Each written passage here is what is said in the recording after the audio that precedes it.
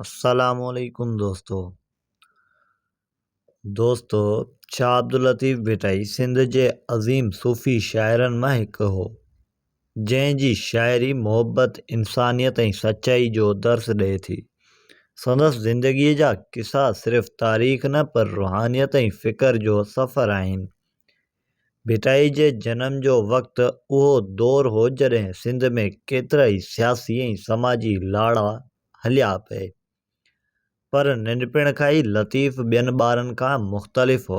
हू रांदियुनि खां वधीक ख़ामोशी ऐं सोच में वक़्तु गुज़ारींदो हो।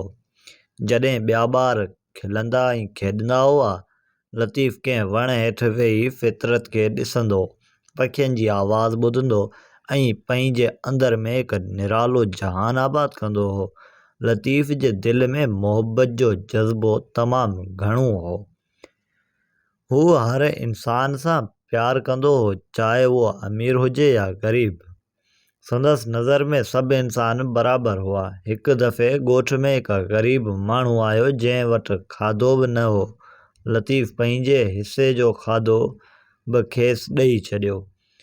जॾहिं संदसि घर वारनि पुछियो त पाण छा खाईंदो, त लतीफ़ मुस्कुराए चयो, जेको ॿियनि खे खाराए थो तंहिंखे अलाह पाण खाराए थो। वक़्त सां गॾु लतीफ़ जो फ़िक्र वधीक गहरो थींदो वियो। हुन सिंध जे मुख़्तलिफ़ इलाइक़नि जो सफ़र कयो, रेगिस्तान, जबल, दरिया ऐं ॻोठनि में वञी माण्हुनि सां मिलियो। उन आम माण्हुनि जी ज़िंदगीअ खे वेझे खां ॾिठो, उन्हनि जे ॾुखनि, ख़ुशियुनि, जदोजहद ऐं उमेदनि खे महसूसु कयो। उहे ई अहसास पोइ संदसि शाइरीअ में ज़ाहिर थिया। लतीफ़ जी शाइरीअ में ससुई, मारई, मूमल, नूरी ऐं ॿियनि किरदारनि जा किस्सा सिर्फ़ कहाणियूं न आहिनि, पर अलामतूं आहिनि। ससुई जे जदोजहद, मारई जी वतन सां मोहब्बत ऐं मूमल जे इश्क में सचाई, उहे सभु इंसानी जज़्बनि जा अक्स आहिनि। लतीफ़ उन्हनि किरदारनि ज़रिए उहो ॿुधायो त सचो इश्क सिर्फ़ इंसान सां न, पर पंहिंजी धरतीअ, सच ऐं अल्लाह सां बि हुजणु घुरिजे। हिकु ॾींहुं लतीफ़ भिट ते वेठो हो, जिते हू अक्सर ध्यानु कंदो हो। हू पंहिंजे तांबूरे सां गॾु वेही सुर ॻाईंदो हो। संदसि आवाज़ में अहिड़ो असरु हो जो माण्हू परे परे खां अची गॾु थींदा हुआ। जॾहिं हू सुरमारई ॻाईंदो हो त ॿुधंदड़नि जे अखियुनि में ॻोढ़ा अची वेंदा हुआ। माण्हू सिर्फ़ शाइरी न ॿुधंदा हुआ, पर पंहिंजे अंदर खे बि महसूसु कंदा हुआ। लतीफ़ जी तइलीम सिर्फ़ लफ़्ज़नि ताईं महदूद न हुई, हू पंहिंजे अमल सां बि सेखारींदो हो।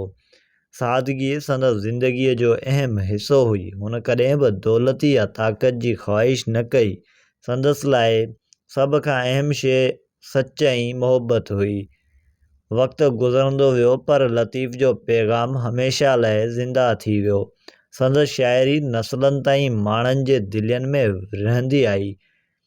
अॼु बि जॾहिं को माण्हू ॾुख में हूंदो आहे या सच जी ॻोल्हा में हूंदो आहे, त लतीफ़ जा बेत खेसि राह ॾेखारींदा।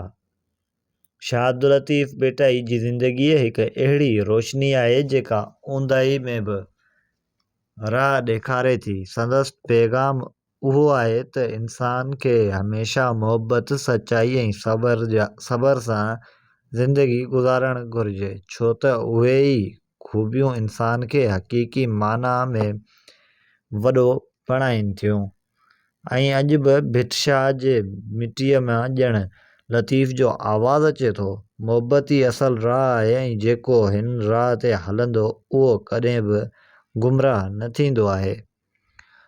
दोस्तो, ही हुई असांजी अॼु जी कहाणी। उमेद कयां थो त कहाणी तव्हांखे पसंदि आई हूंदी। जेकॾहिं कहाणी पसंदि आई हुजे त वीडियो खे लाइक कयो ऐं वधि खां वधि पंहिंजे दोस्तनि सां शेयर कयो। ऐं दोस्तो, जेकॾहिं चैनल ते नवां आहियो त चैनल खे सब्सक्राइब करणु न विसारंदा।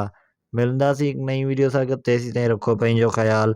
अल्लाह हाफ़िज़।